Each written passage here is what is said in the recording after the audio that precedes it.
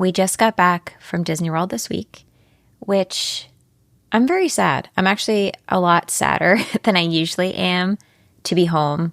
I feel like by the end of a Disney World trip, I'm usually ready to be home and in my own bed and kind of exhausted. But even though it was a full 6 days and a pretty hectic travel home day, I'm pretty bummed. Like, I'm kind of craving going back, which is very unlike me.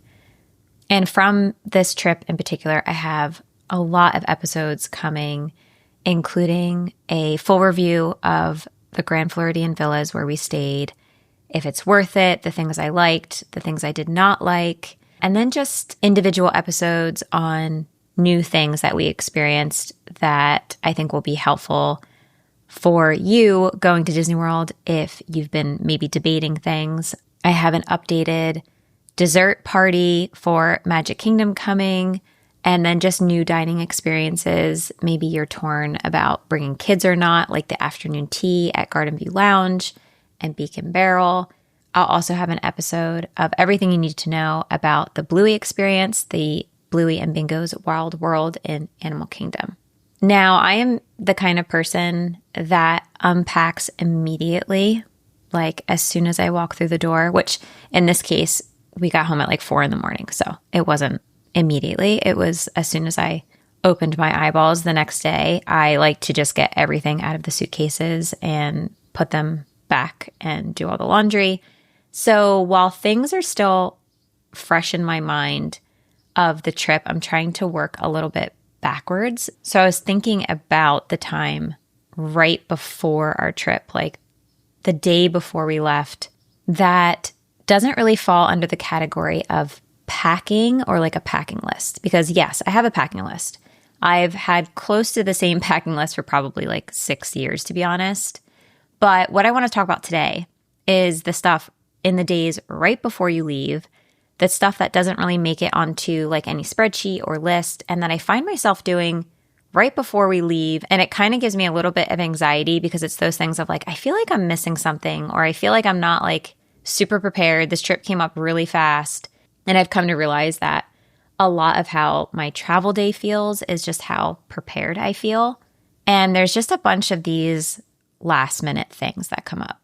There is for sure a version of, quote, feeling prepared that comes down to having like your actual set plans for the parks and things laid out in an orderly fashion. And that could be your packing as well.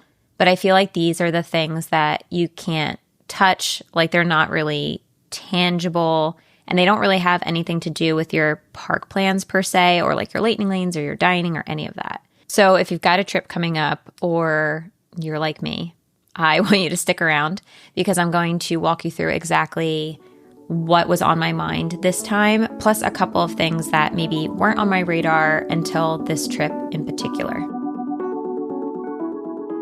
Hello, and welcome to the Laid Back Magic Way podcast. I'm your host, Dana Stanley, creator of Laid Back Magic.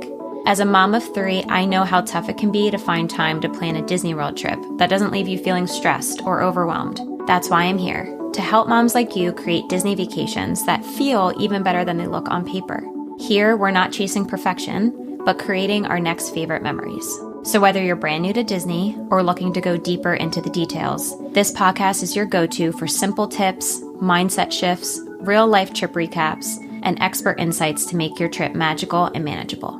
New episodes drop every Monday, so be sure to subscribe so you never miss a moment. Okay, let's dive in.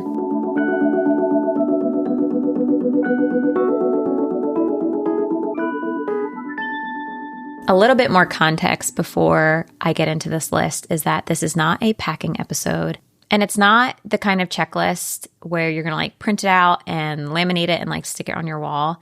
It's just more of like the small, slightly annoying tasks that I do right before a trip that keep me from A, forgetting anything, or B, using up too much brain power like right before we leave, like the night or the morning before we leave, or worse, the day that we get there. Because obviously you've heard it before of a lot of my content is just planning ahead of time. So then once you're in the thick of your trip and you have all of the kids and everyone's asking you questions and maybe it's hot and things are going wrong, you do not have a spare second to think things through like you normally would at home.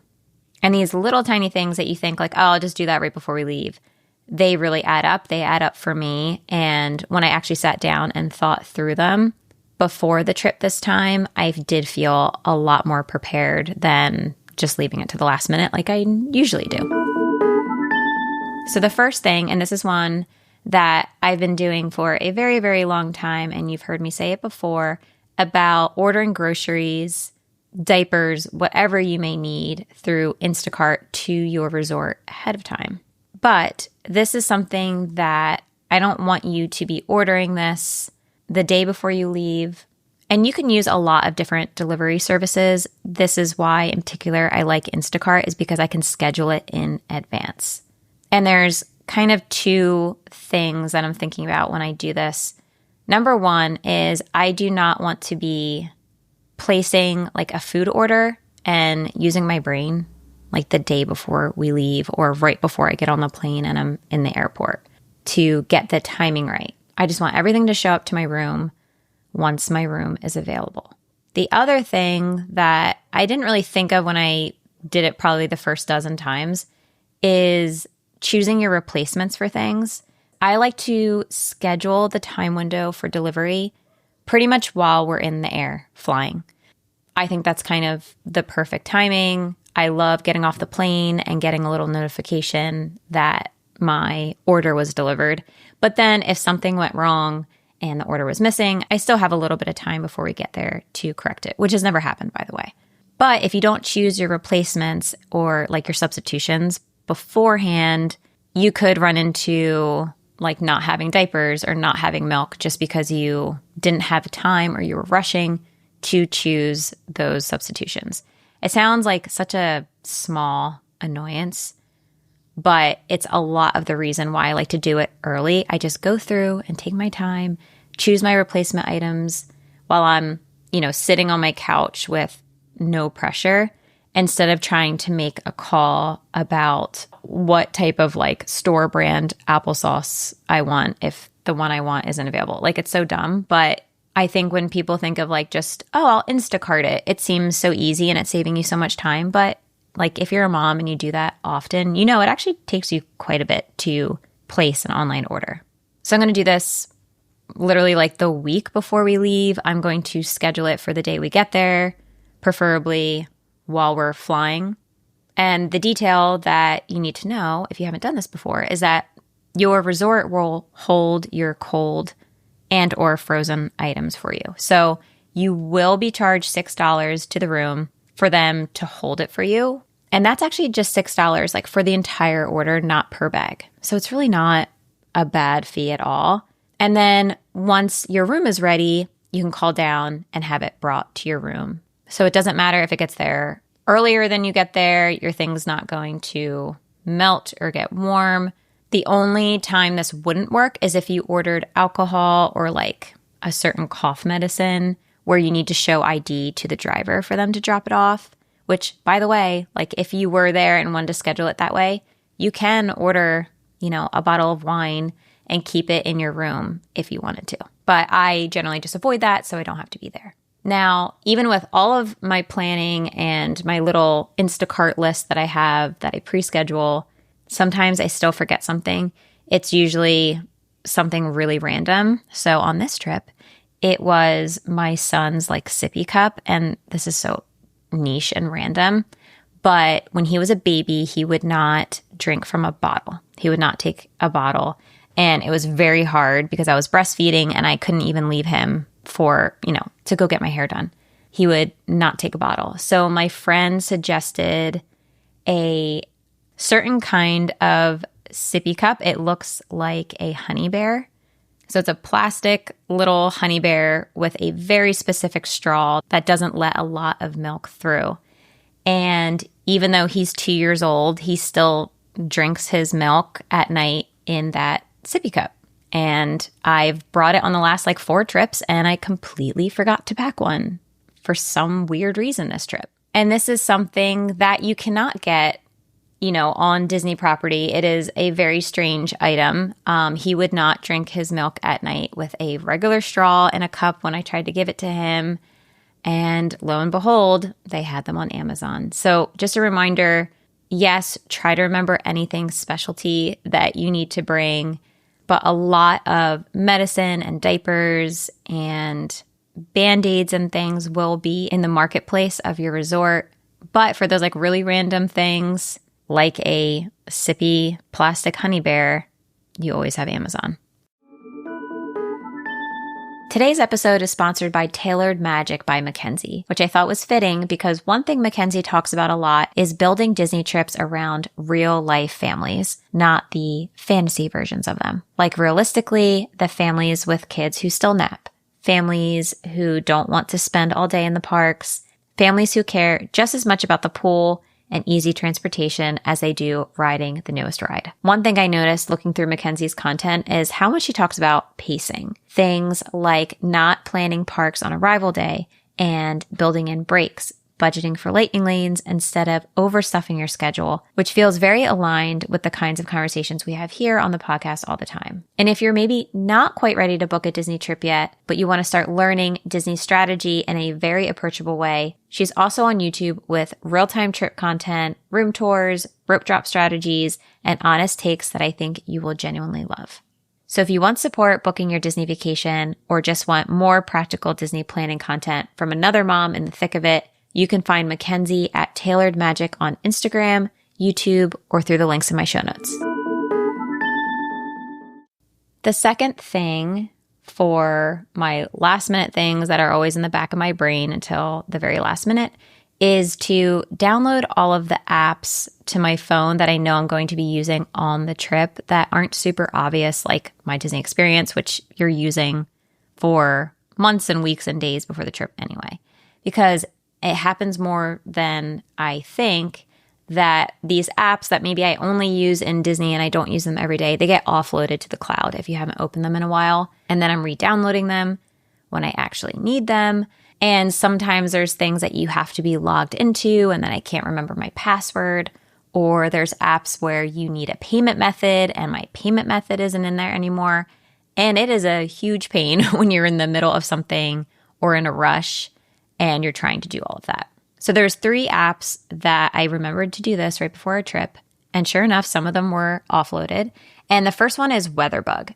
And this one is really key, especially in the summer and fall months. WeatherBug is a free app that tracks lightning in the area in real time. And it really turns out that this matters a lot more than like the general weather app that is on your phone would. Because the pools at the Disney World resorts will actually close when there's lightning in the vicinity. I don't know the exact mileage, but what I do know is that WeatherBug's lightning detection, they call it Spark, and it tracks lightning strikes in real time. And you'll see a map right where you are around Walt Disney World with like different proximities of how close they are, like little circles of like, it's this close and then it's this close. So it's not a generic radar app giving you like a sense of where the storms are coming and which direction they're going. It's built around like a minute by minute lightning proximity. And the parks are drawing from this same data to make their calls on closure, which means it is very handy to have this app and check it before maybe like you get all the kids ready to go down to the pool. Maybe you can see how the lightning is striking and if it's getting closer and closer, because this has happened to us so many times of like, I get the floaties on the kids and their sunscreen and everything. And we get into the pool and they like just get soaked and they say, ooh, lightning in the area, the pool is closed, and you'll have to leave like the whole area. And this is going to happen a lot to you in the summer, especially in the afternoon and late afternoon when sometimes it's not raining, but there's lightning. And they won't close the pools for rain. You can swim in the rain, but if there's lightning, they will close the pools. And if you're staying at a Skyliner resort, so Riviera, Caribbean Beach, Pop Century, Art of Animation, You'll definitely want this app on your phone because they will pause the Skyliner as well when there's lightning in the area. The second app I had to re-download was Lyft. So just like Uber and Lyft, Lyft, that Lyft. And I don't really use Lyft unless I am in Disney World. Uber is usually like my go-to rideshare, but Lyft is the app that you're going to need if you want to book something called a minivan, like a Minnie Mouse van.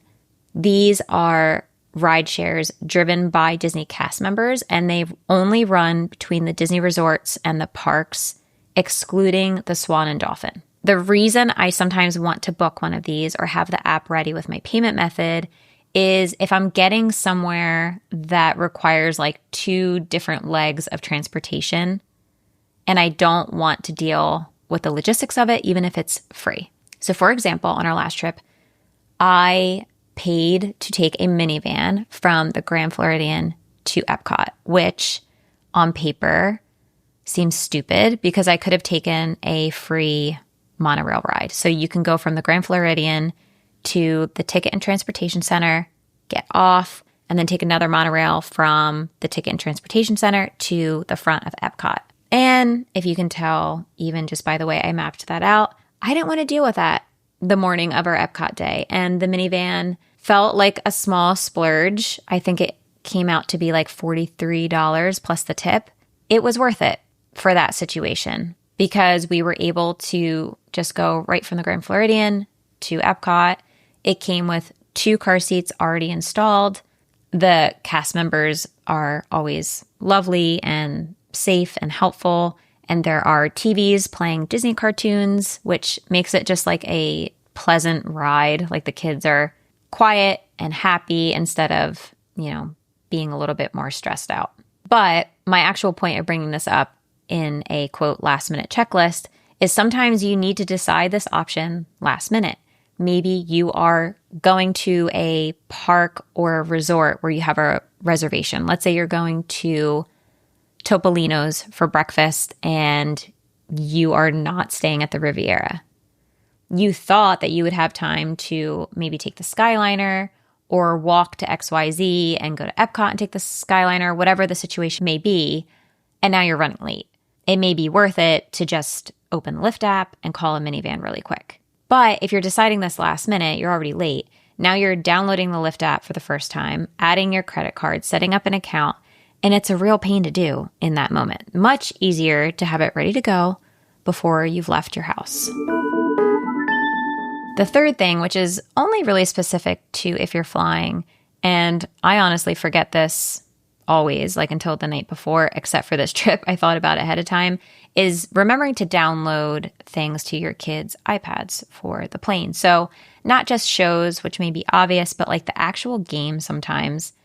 Once you open the game, let's say it's like a coloring app, you need to download the page for them to color using Wi-Fi. So maybe it's your kid's favorite app, like my son and actually my middle really like a game called Sago Mini World, and the app will open, but then the individual games inside have to be downloaded ahead of time. So just try to do this while you're home, not at the gate when you suddenly remember, and then you're trying to connect to like airport Wi-Fi. Just do it in advance. Item number 3 on my list is something that I feel like the internet has been telling people not to do, and it kind of frustrates me.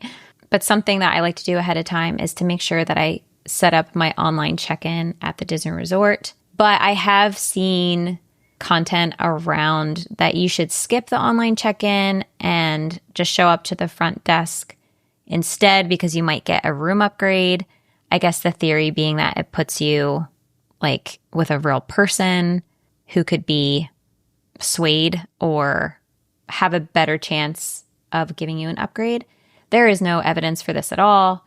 It doesn't track with how the room assignments actually work, which is just automated and based on availability, not on whether you checked in online or like talked to a person. So what I actually like to do is both. Because we are usually staying at a deluxe resort, 9 times out of 10, there is a cast member standing at the door welcoming you in and says like, what's your last name? And they're essentially double checking you in. So I like to do the online check-in with any requests that I want to do ahead of time. One less thing to think about and deal with. And then when we physically arrive and the cast member greets us, they know that we are there. And that's not really like a strategy or anything. I have not gotten an upgrade from doing this.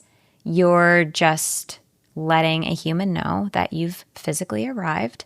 But I don't think that it is like charming someone or, saying that it's a special occasion or anything. I do think it might help your room get assigned faster if it hasn't been already. But I don't even think that's necessarily true. I have had my rooms ready at all different times of day, staying DBC or non-DBC.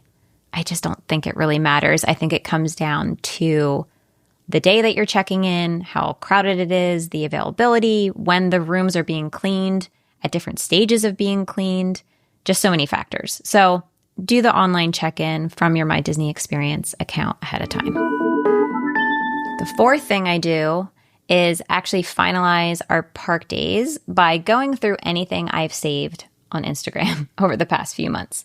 And I will say up front that I am not like a viral snack person. I just don't gravitate towards that. But every so often, there will be like a drink or an activity that is seasonal, that looks genuinely good to me, and I'll save the reel or the post or the Disney Parks blog, whatever, without thinking much of it. And then it just sits there in my saved folder doing nothing. And when I come home, there's like nothing worse than I'm like cleaning up my saved files and seeing like, oh, I wanted to try that thing, or just genuinely forgetting until you're home. So I'll just take 5 minutes, go through my saved posts and kind of cross-reference it against the parks where I already have, my park plan. I might just add a little note of like, oh, there's a slushie that Story might like at blankety blank. Not very revolutionary, but it is one of those last minute things. While I'm on my phone doing that, I will also just take a few minutes to screenshot like big reservations or big confirmations in the My Disney Experience app. I have never had a problem with something going missing or like service at Disney when I talk to guest services, but I don't expect everything to be perfect all the time. So I like just having kind of like that proof. I also have like emails, obviously, of reservation confirmations and my resort confirmation, but I like to have screenshots of them and drop them in a notes folder on my phone. That way everything's together. I'll also screenshot my lightning lanes sometimes. I don't know. I'm just like, what if the app just like deleted them? Where would they go? I at least would have like a screenshot to show someone if something happened.